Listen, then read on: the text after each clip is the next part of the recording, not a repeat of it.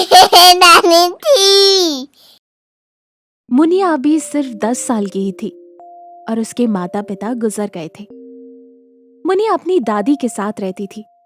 जब भी मुनिया दादी को पूछती कि उसके माता पिता कहाँ हैं, तो दादी हमेशा मुनिया को कहती, आसमान में जो तारे दिख रहे हैं उसमें ही तुम्हारे माता पिता हैं। रोज रात को मुनिया तारे देखती और अपने माता पिता को याद करके उनसे बात करती। दादी की उम्र बहुत हो चुकी थी। दादी को लगा कि उनके बाद मुनिया की देखभाल कौन करेगा, तो दादी ने मुनिया के चाचा चाची को बुलाया और उनसे कहा, बेटा, अब मुनिया की जिम्मेदारी तुम्हारे ऊपर है। मैं अब कुछ ही दिनों की मेहमान हूँ। उम्मीद करती हूँ कि तुम मुनिया को अच्छे से रखोगे। हाँ हाँ माँ, हम मुनिया को अच्छे से रखेंगे। और दादी मुनिया को उसके चाचा चाची के साथ भेज देती है। लेकिन घर जाते ही चाची उससे बहुत काम कराती है और कहती है, अगर तूने अपने चाचा को कुछ भी बोला तो कल से तुझे और भी ज्यादा काम करना पड़ेगा। अब मुनिया बहुत ही दुखी थी और अपने माता पिता को बहुत याद करती थी।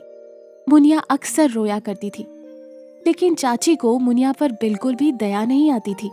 एक दिन रात को मुनिया बाहर बैठकर सितारों को देख रही होती है।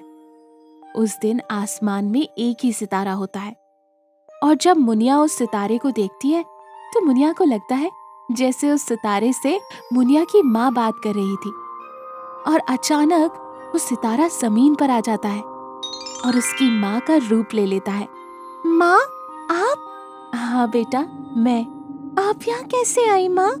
और पिताजी कहाँ हैं? आप लोग मुझे छोड़कर क्यों चले गए? बेटा, हम कहीं नहीं गए, हम यही हैं तुम्हारे पास। अब मैं आपको कहीं नहीं जाने दूंगी, आप मेरे ही पास रहोगे।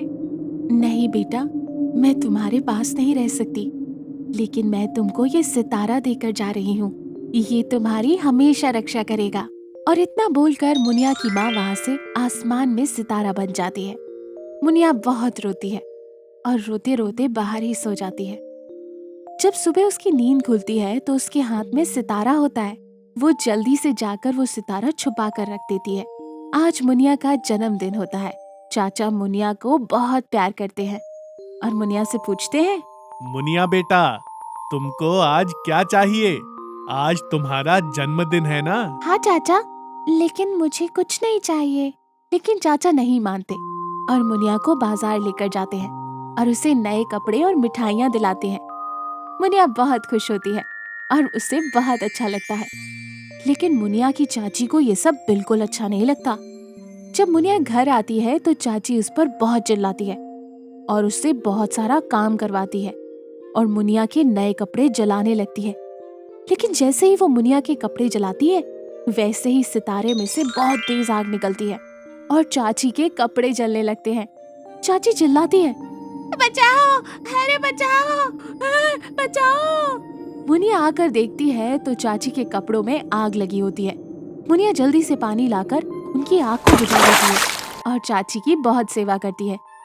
ये सब देखकर चाची को अपनी गलती का एहसास होता है। वो मुनिया से कहती है, मुझे माफ कर दो मुनिया, मैंने तुम्हें बहुत परेशान किया। और मुनिया को अपने गले से लगा लेती है। मुनिया को समझ आता है कि ये सब सितारे ने किया। मुनिया रात को सितारे से कहती है, मुझे माँ से मिलना है।